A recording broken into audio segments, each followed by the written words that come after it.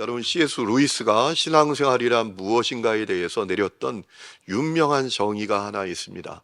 신앙생활은 순종의 학교에 입학하는 것이다 라고 했습니다. 한번 따라해 보실까요? 신앙생활은 순종의 학교에 입학하는 것이다. 그러니까 신앙생활이란 뭔가 순종의 학교에 입학해서 순종을 배우고 순종을 익혀서 순종의 사람으로 졸업하게 되는 것이다 라는 것이에요. 여러분, 이것은 틀림없는 이야기입니다. 성경을 보면 하나님은 언제나 하나님의 사람들에게 순종할 것을 요구하셨죠. 아브라함에게 본토 친척 아비 집을 떠나라 라고 말씀하셨고 그 말씀에 순종하기를 원하셨잖아요. 또 노아에게도 비 한 방울 내리지 않을 때에 하나님께서 세상을 물로 심판할 것을 믿고 방주를 지으라 라고 말씀하셨고 또 거기 순종하기를 원하시지 않았습니까? 모세에게도 애굽에서 노예로 살던 이스라엘 성들을 하나님이 구출시켜 주실 테니까 모세에게 가서 내 백성을 구출하라 라는 그 말씀에 순종하기를 원하셨잖아요. 여호수아에게도 이중성벽이에요. 탄탄한 성벽입니다. 여리고성. 그런데 돌기만 해도 무너질 것이다 라는 그 말씀에 순종하여 돌기를 원하셨잖아요. 여러분, 예수님께서 또 베드로와 안드레에게도 나를 따르라, 사람 낚는 어부가 될 것이다, 그 말씀에 순종하기를 원하시지 않았습니까? 바울에게도 마찬가지입니다. 바울에게도 그의 인생을 이방의 빛이 되는, 이방의 구원을 위해서 드리는 삶을 살라고 말씀하시고 또 그 말씀에 순종하기를 원하셨잖아요. 하나님은 당신의 백성들에게 순종하라고 말씀하셨어요. 그리고 순종하는 사람들을 통해서 하나님의 역사가 이루어지지 않았습니까? 그러므로 신앙생활은 순종의 학교에 입학하는 것이다. 이 말씀은 틀림없는 말씀이에요. 그렇다면 여러분은 오늘 순종하는 사람들이신가요? 순종 잘하고 계시나요? 순종의 학교에 입학하셨어요. 순종 잘 배우고 계신가요? 순종 잘 익히고 계신가요? 그래서 순종의 사람으로 인생을 졸업할 수 있으실까요? 오늘 그 부분에 대해서 한번 생각해 보려고 합니다.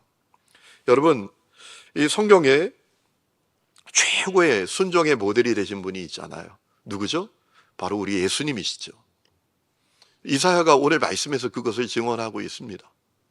여러분, 이사야는 놀랍게도 예수님이 이 땅에 오시기 700여 년 전에, 지금으로 따지면 고려시대 때 메시아가 오실 것이다, 예수님이 오실 것이다 라고 예언을 했어요. 그리고 놀랍게도 그 예언이 성취되었습니다. 그런데 이사야는 예수님의 오심만 예언한 것이 아니라 예수님이 어떤 분이신지 또 오셔서 어떤 일을 하실 것인지에 대해서도 증언했습니다. 여러분, 그것은 이 이사야에 나오는 총 4번에 걸쳐 나오는 여호와의 노래라는 그 노래에 소개되어 있다라는 말씀을 제가 드리지 않았습니까?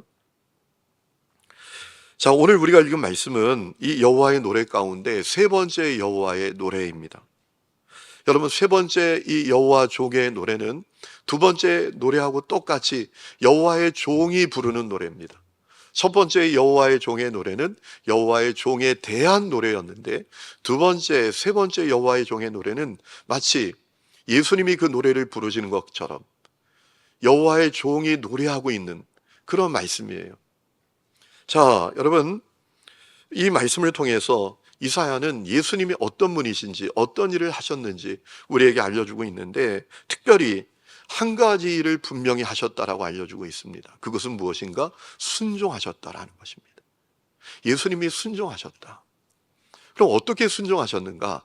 오늘 여호와의 종의 노래를 쭉 보다 보면 2가지 면에서 순종했다라는 사실을 확인하게 되는데 첫 번째는 하나님의 말씀을 가르침 받는데 하나님 말씀의 가르침을 받는데 순종하셨습니다.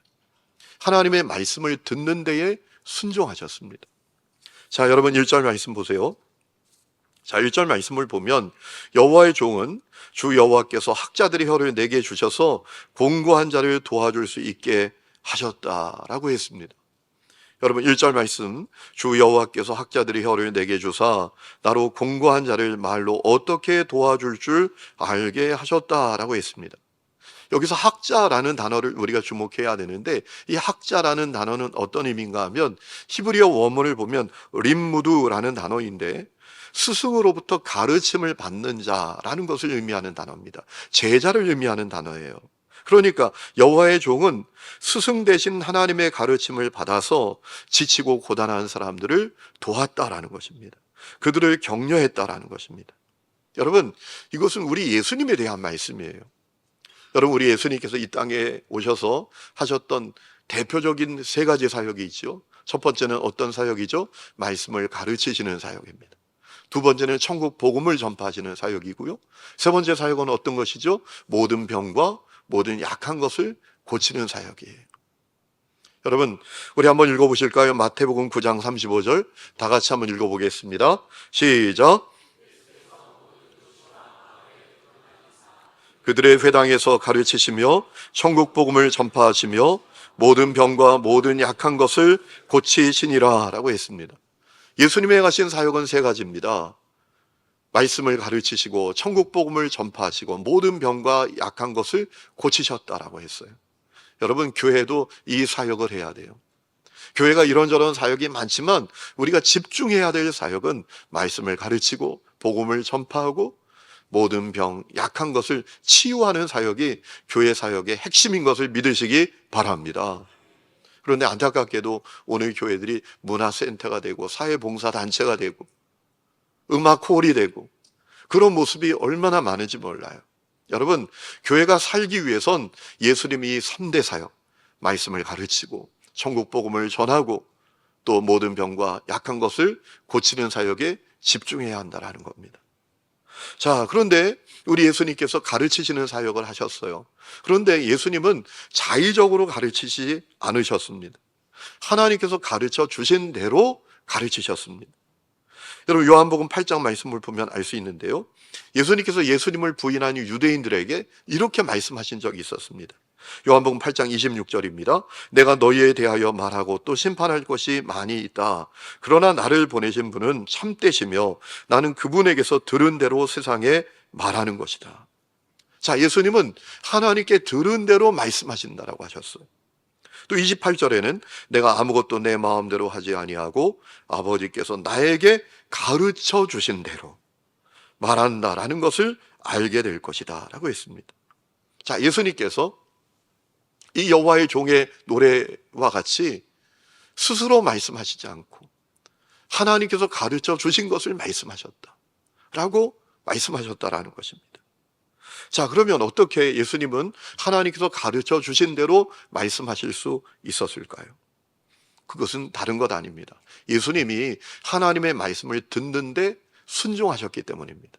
이 순종하셨다라는 말씀을 성공하셨다 이렇게 말씀을 드리면 더 이해하기 쉬울 것 같아요. 예수님이 하나님의 말씀을 듣는데 성공하셨기 때문입니다. 예수님이 하나님의 말씀의 가르침을 받는데 성공하셨기 때문입니다. 자, 여러분 5절 말씀 보세요. 이 여호와의 종이 아주 중요한 것을 노래합니다. 이렇게 노래합니다.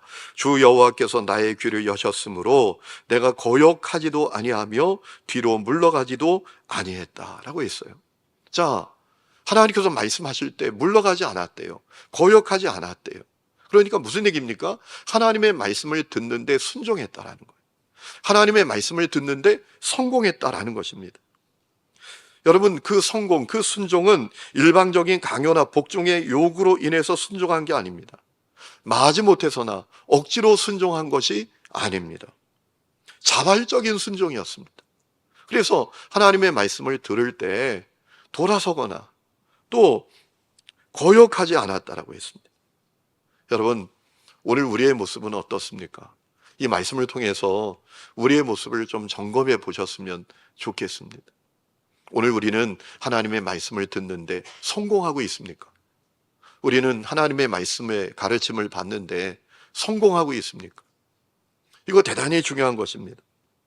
안타깝게도 오늘 우리의 문제는 하나님의 말씀을 들으려고 하지 않아요.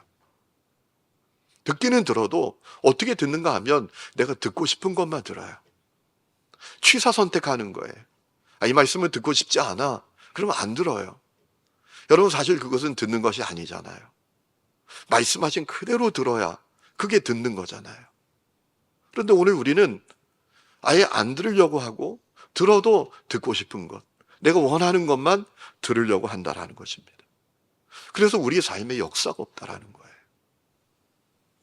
자, 그러면 어떻게 예수님은 하나님의 말씀을 자발적으로 듣는데 성공하실 수 있었을까요? 여러분, 오늘 4절에 아주 중요한 답이 있어요. 여호와의 종이 이렇게 고백하고 있습니다. 여러분, 4절 중간에 이런 말씀이 있죠. 아침마다 깨우치시되 나의 귀를 깨우치사 학자들 같이 알아듣게 하셨다라고 했습니다. 여러분, 여호와의 종은 하나님의 말씀을 듣는데 아침마다 깨우침을 받았다라고 했습니다. 이 아침마다라는 단어는 그저 시간적으로 매일 아침을 뜻하는 게 아닙니다. 끊임없이 계속되는 연속적인 상태를 의미하는 표현이에요. 그러니까 이 여호와의 종은 매 순간 매일매일 하나님과 연결되고 하나님과 접속되고 하나님과 동행하는 삶이 있었다는 것입니다. 그래서 하나님의 말씀을 듣는데 성공할 수 있었다는 거예요. 여러분, 우리 예수님이 그러셨잖아요. 우리 예수님은 언제나 하나님과 친밀한 관계, 또 하나님과 접속된 관계, 하나님과 연결된 관계를 갖고 계셨습니다. 여러분, 그것은 요한복음 8장 말씀을 보면 확인할 수 있지 않습니까? 여러분, 요한복음의 8장 말씀에 보면 예수님께서 제자들을 떠나신다고 하시니까 도마가 예수님, 당신이 어디로 가시는지 우리가 어떻게 합니까? 이렇게 항변을 하고, 빌립 같은 경우에는 정말 그렇다면 하나님을 우리에게 보여주세요 라고 예수님께 요구하시지 않습니까? 그때 예수님께서 뭐라 말씀하십니까? 나를 본 것은 하나님을 본 것이다 라고 하시면서 요한복음 14장 10절 말씀을 보면 이렇게 말씀하십니다.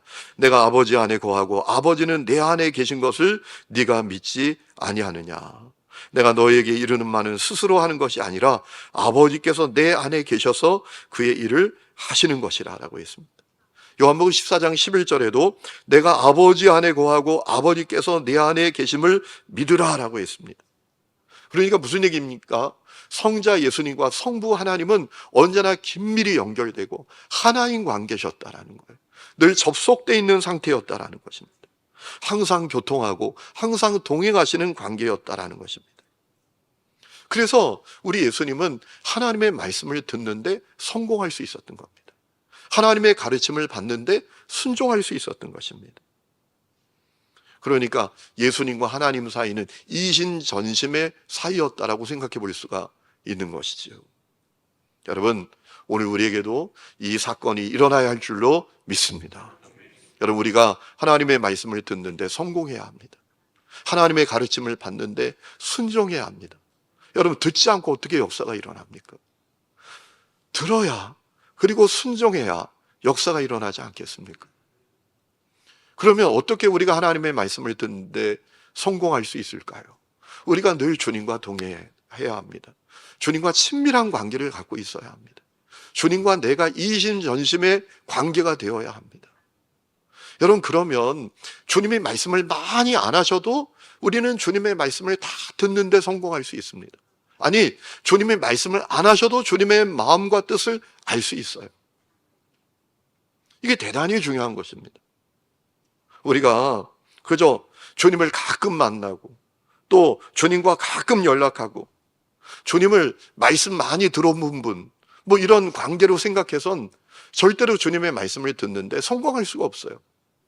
그렇게 말씀을 들으면 주님께서 때로 말씀하셔도 그 말씀을 오해합니다. 그 말씀을 왜곡하게 됩니다. 주님과 친밀한 관계가 되고 주님과 항상 연결되어 있고 주님과 동행하며 살면 주님 말씀을 듣는데 성공할 수 있어요. 말씀을 많이 안 하셔도 주님의 마음과 뜻을 정확하게 알 수 있다는 것이에요. 그리고 순종할 수 있어요. 여러분, 제가 멀리 여행을 갔다 오거나 선교지에 갔다 오면 참 신기한 일이 있어요. 제가 돌아오면서 단팥빵을 먹고 싶다. 그러면 집에 와보면 식탁에 단팥빵이 있어요.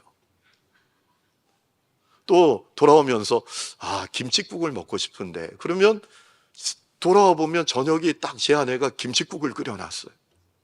왜 그렇죠? 친밀한 관계예요. 내가 너 안에, 너가 내 안에 있어요. 그러니까 말하지 않아도 그 마음이 전달되는 거예요. 말하지 않아도 뜻이 전달되는 거예요. 여러분, 우리와 하나님 사이가 그렇게 되어야 할 줄로 믿습니다.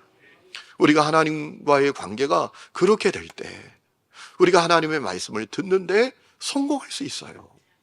그래서 가끔 하나님의 말씀 듣고 가끔 하나님을 찾고 필요하면 하나님을 구하고 이러니까 어떤 일이 벌어지는가? 하나님의 말씀하셔도 그 말씀을 왜곡해서 듣고요, 오해해서 들어요.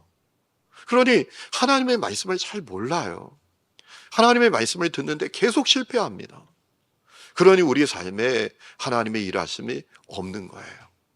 저는 우리 하나님교회 성도들이 하나님의 말씀을 듣는데 성공하시기를 주의 이름으로 축원합니다. 또 하나, 우리 예수님은 말할 수 없는 고난 속에서도 순종하셨어요. 자, 여러분, 이 여호와의 종은 하나님의 구원 계획을 이해했던 것 같습니다.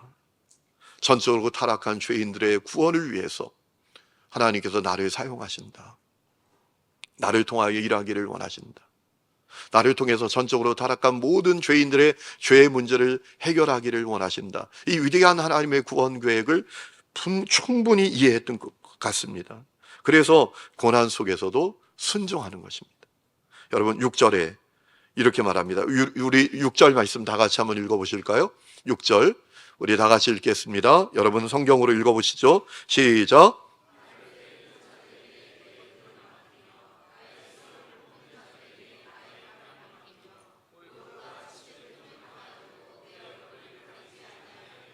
아멘. 여러분, 이것이 누구의 고백 같으세요? 우리 예수님의 고백이죠. 여호와의 종의 노래이지만 우리 예수님의 고백이잖아요. 우리 예수님께서 십자가 고난을 받으실 때 말할 수 없는 고난을 받으시잖아요. 체포되십니다. 하나님의 아들이신 그분이 사람 앞에서 신문을 받으십니다. 그리고 매를 맞으십니다. 침세례를 받으십니다. 옷 벗기움을 당하십니다. 채찍에 맞으십니다. 끌려가십니다. 십자가에 못 박히십니다. 옆구리에 창을 찔리우십니다. 물과 피가 다 쏟아져 내려가십니다. 그런데 우리 예수님은 그 고난을 거역하지 않으세요. 거절하지 않으세요. 기꺼이 그 고난에 순종하십니다. 그분이 우리 예수님이시잖아요. 여러분, 그것을 이 6절 말씀이 이야기하고 있는 거예요. 우리 예수님께서 겟세마네에서 기도하실 때에도 어떤 기도하십니까? 처음에는 그 고난이 너무 괴로워서 할 수만 있거든. 이 고난의 잔을 나에게 옮겨주십시오. 이렇게 기도하다가 결론을 뭐라고 맺습니까? 나의 원대로 마옵시고 아버지의 원대로 하옵소서. 여러분, 고난에 또 불구하고 우리 예수님은 순종하지 않으셨습니까?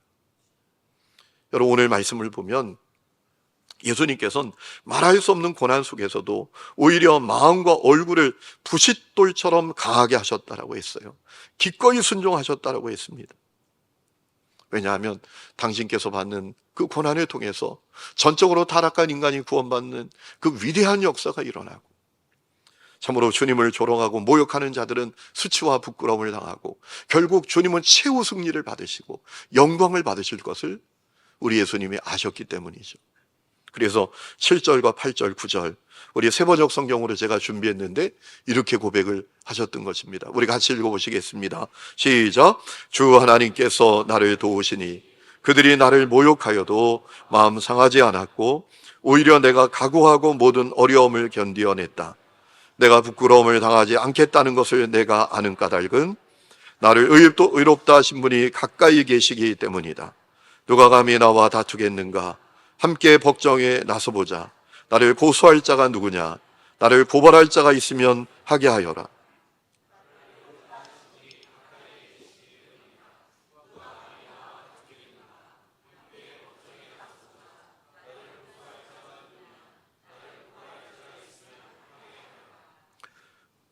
우리 9절까지 읽어보겠습니다. 9절 준비 안 됐나요? 9절? 읽었나요?